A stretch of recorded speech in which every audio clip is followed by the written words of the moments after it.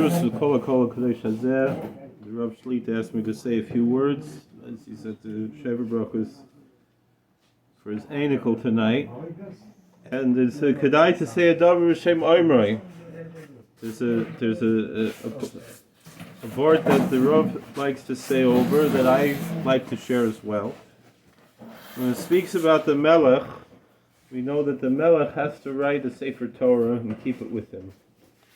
And it's a very interesting thing. Historically, kings, monarchs of different countries, of course, aware of what we have such an inyan that they have, our Tanakh, but the things they added with it. And that's part of, those who saw the coronation of King Charles. That was part of the ceremony, was giving this Bible over to the king, saying these are the lively oracles of the living God that what's in the Torah, and they took that from us. Although I remember seeing one historian pointing out the nafkamina that he had the Bible that belonged to King George that we fought the revolution against, and you couldn't open it up. It's not just supposed to be something on the shelf. That's one of the reasons why we cry and mourn over the Targum Ashivim on the Sarbatevis, the translation of the Septuagint into Greek, was because this translation was just a body without a soul, in a sense, as opposed to Targum Onkelos, that's a Levitic, Toras Chaim. It's just a book on the shelf, and that's not how it's supposed to be. The Sefer Torah is supposed to be a Levitic Sefer Torah. And that's what we see in something that the Rebbe always likes to say over. It says, V'hoi kashivt al kisei mamlachtoi, that when the Melech is sitting on his royal throne, because of lay is Mishnah Torah Zois. He should write for himself a copy of this Torah. And this is something I often say over to bring out how important it is to know people, because I work with other people, and they just read things in their own language and in English, or whatever language they're coming from, and what is lost in the translation. So it says, Mishnah HaTorah HaZos. Zos is Lashon Nekeva, right? Because the Torah is Lashon Nekeva. I'll say from Lefnei HaKohanim HaLevim. And it should be the Sefer Torah that copied from that which is from the Beis HaMikdash. V'hoisa imoi, and again v'hoisa is again Lashon Nekeva. V'koravoi kol yemei chayav, but then it switches over to Lashon Zachar, that it says you should read, if it's just in English, read in it. You don't know in English Zachar Nekeva because we have a neutral word it. Otherwise it's he or she or it. In Hebrew there, in Lashon HaKodesh, there's no it, there's only he or she. And then we just translate it as it when it's talking of an inanimate object. So why does it change over from the Torah, which is Lashon Nekeva, which would be she, into V'koravoi, read in him? So in Moreno, the Rav Shlita always likes to point out that the Melech darf sein a Levitic Sefer Torah line. That by virtue of his Torah learning, the king is transfigurated into something that when you see him, when you see the Melech, when you see David HaMelech, Chizkiyahu HaMelech, Shlomo HaMelech, Yeshayahu HaMelech, the Melachim who are tzaddikim, you understand what it means that you're reading in him, that you see a Levitic Sefer Torah. And so to all the tzaddikim all throughout history, they're transfigurated by the ways of the Torah. And it's interesting, there are two things I wanted to bring. Last night, again, we said over from the Kedushas Levi, just very quickly I want to bring out. So related to that, he brings it to Pasuk, and it's related to what we spoke about how the Chachomim changed things, and it was a big nace what happened by Ptolemy HaMelech, by King Ptolemy, by the Targum Ashivim, by the translation of the Septuagint of the Chumash into Greek, that the Pasuk says, "V'l'shemesh ol yireach asher lo tzavisi," and I will just say it outside, that when it comes to Avodah Zarah, Hashem didn't command us to bow down to the sun and the moon. The kasha is, we see in the Navi, that the Navi Avadia bowed to the Navi, to Eliyahu Navi. So how could it be? So the answer is, he says, Asher lo tzivisi means a tzaddik, or every Yid, Asher tzivisi, we received mitzvahs. And so there is the Hisgalus of Elokus, the same idea that we had, that transfiguration from learning Torah. It's not just something you study.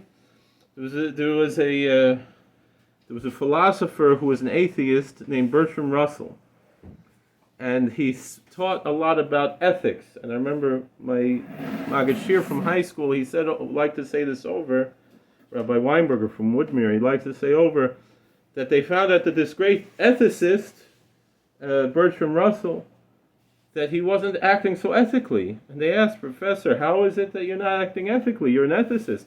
He said, so was Einstein a triangle? Was he a mathematic equation? That's just what I teach. That's not what I am. That's not the way it has to be. When it comes to the Torah Kedosha, that has to be what you are. Everything else you do, you're a lawyer, you're a doctor, that's what you do. But that you're a Ben Torah means not a Baal Torah. A Baal could be Megarish. A Ben you can't change. When you're a Ben Torah, you're mishapif to something else.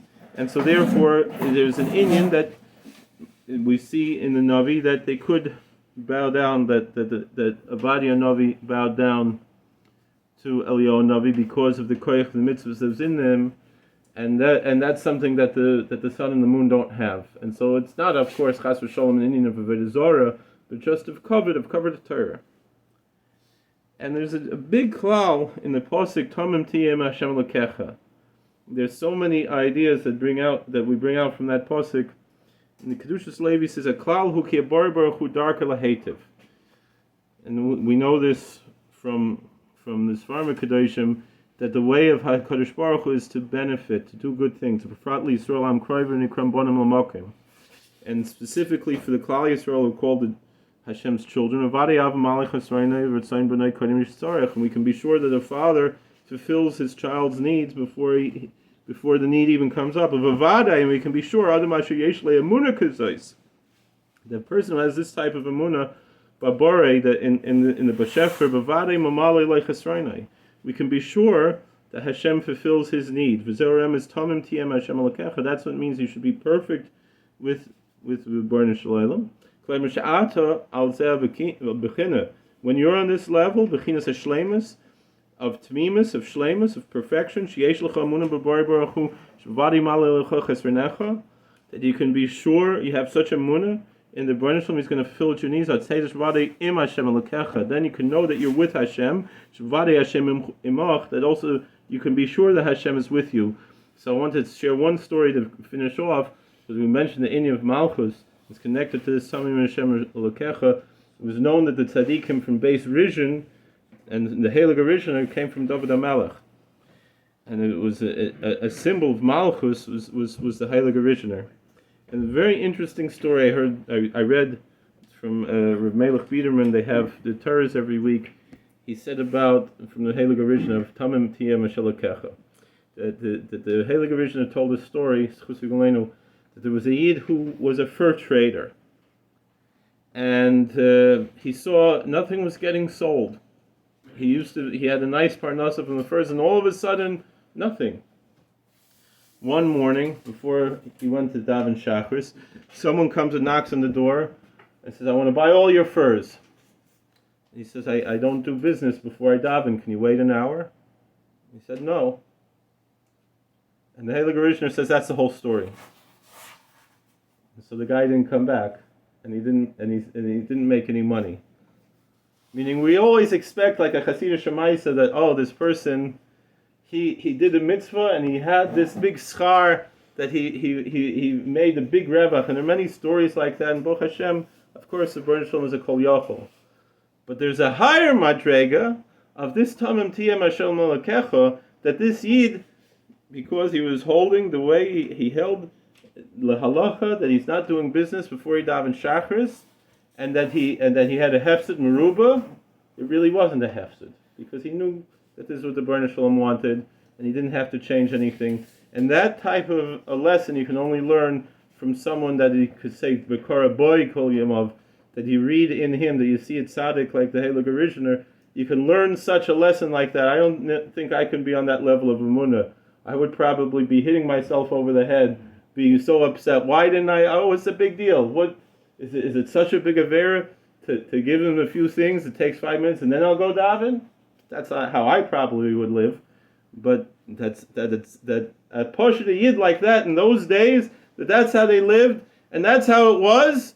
Like all the Yidden who lost their jobs during the Depression, and they just kept going.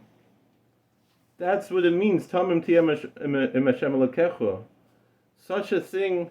That's a much bigger moifis. That's a much bigger nace than that the person had the big revach. And so, but we should be zoicha to shtei shulchanos. The Baruch Shalom should bench us with parnasa and with everything we need and everything we want and much more, because maybe we're not on that level. So the Baruch Shalom should give us more berevach, and then we should be able to be happy and enjoy.